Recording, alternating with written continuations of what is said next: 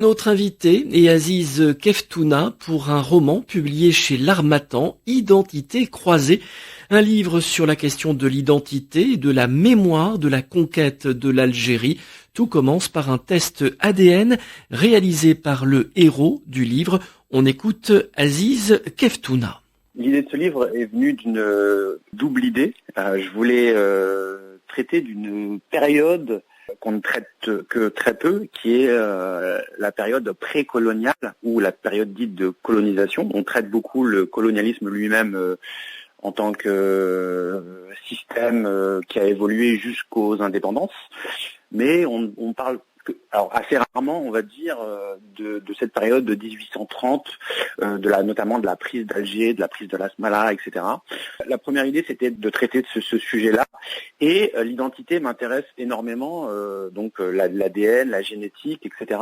Et je voulais faire un lien entre les deux. Donc, ce qui m'a intéressé, c'était de créer, à travers les yeux du personnage principal qui s'appelle Sébastien, donc un Français quadra, qu'on dirait aujourd'hui de souche, qui adhère à des tests identitaires pour justement avoir un contraste fort, je le voulais un peu identitaire.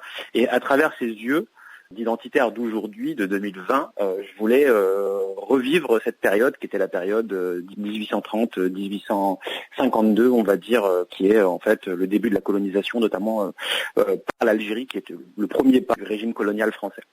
Alors le pitch de votre livre, c'est que Sébastien découvre qu'il a des origines maghrébines.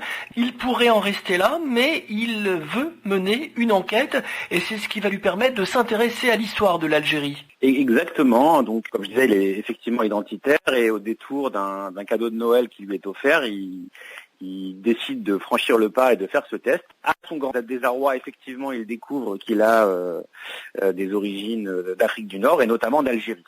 C'est là que l'enquête commence et fonde l'intrigue, on va dire. Alors son enquête va lui permettre de découvrir des pans entiers de l'histoire de la colonisation de l'Algérie. Il découvrira notamment qui était l'émir Abdelkader. C'est un personnage que vous avez voulu faire connaître davantage ? Oui. Je sais qu'il est très connu de l'autre côté de la Méditerranée, évidemment en Algérie, parce qu'il est considéré comme le fondateur de l'État algérien moderne. Le roman national algérien en fait un super-héros. Super-héros, je le dis avec un peu d'humour. Hein. Il y a néanmoins quelques polémiques quant à sa réédition.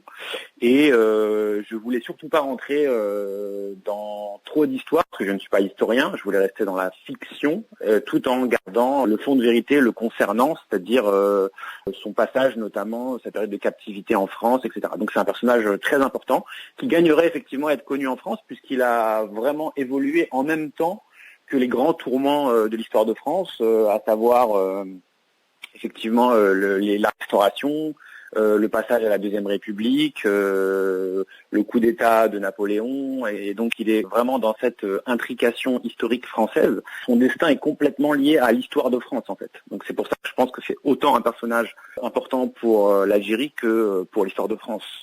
Alors c'est un livre très ancré dans la France contemporaine puisque est brièvement évoqué la candidature à la présidentielle d'un homme qui nous rappelle Éric Zemmour, même si vous le nommez autrement. Effectivement, je voulais rester dans le réel, malgré la fiction et le fait de changer un peu les personnages. On découvrira aisément de qui on parle sur des personnages clés du monde identitaire en tout cas. Et effectivement, c'était le lié à ça aussi, parce que lui, il fait partie de cette histoire-là, de berbères juifs qui, par les méandres de l'histoire, s'est retrouvé en France et souhaite donner la leçon à ce qui doit être français, ce qui ne doit pas l'être, alors qu'il a une histoire commune avec beaucoup de gens qui, comme lui, sont arrivés comme ça, par le destin, on va dire. Pourquoi avoir voulu parler des tests ADN ?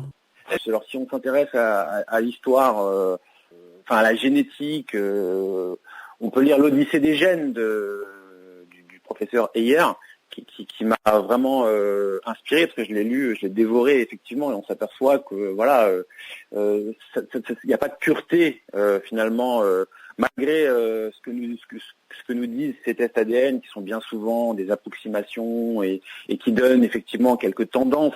On retrouve chez des suprémacistes blanc aux États-Unis, parfois 20% de sang africain. On retrouve un peu d'asiatique en Irlande. On peut retrouver, voilà.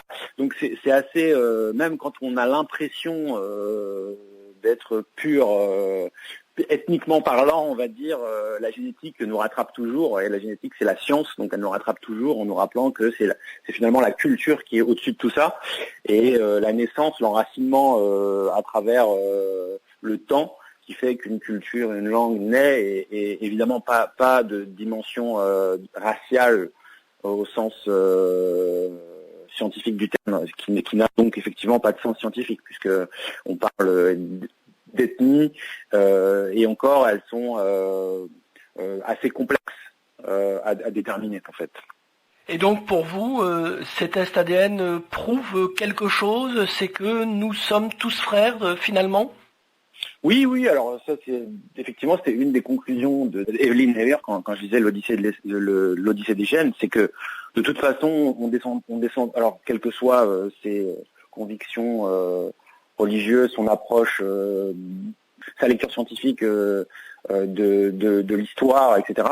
Il y a un point commun, c'est qu'on descend tous d'un tout petit groupe d'hommes issus de la Corne de l'Afrique. Donc voilà. Ensuite, c'est les voyages de ces petits groupes d'hommes qui se sont répartis en Amérique à travers les détroits de Göring, jusqu'en Australie, en passant par l'Asie, au Moyen-Orient, et que les civilisations sont nées à travers, au départ, d'un petit groupe d'hommes qui a quitté l'Afrique de l'Ouest et qui a évolué, qui s'est adapté et qui est devenu ce qu'il est physiquement. C'est-à-dire que quand on superpose une carte de l'ensoleillement et une carte de la pigmentation des attributs physiques des uns et des autres, on s'aperçoit c'est complètement lié, quoi. C'était un peu tout ça qui m'a amené à traiter ce sujet de l'identité et en faire effectivement un roman. Le remettre dans une fiction, c'était le simplifier à souhait et le mettre dans une temporalité qui est 1830-2022. Aziz Keftouna, il a publié Identité croisée, un roman chez l'Harmattan. Cette édition est terminée. Je vous retrouve à 15h pour le Flash, 17h30 pour le journal. Excellente journée à l'écoute de Radio Orient.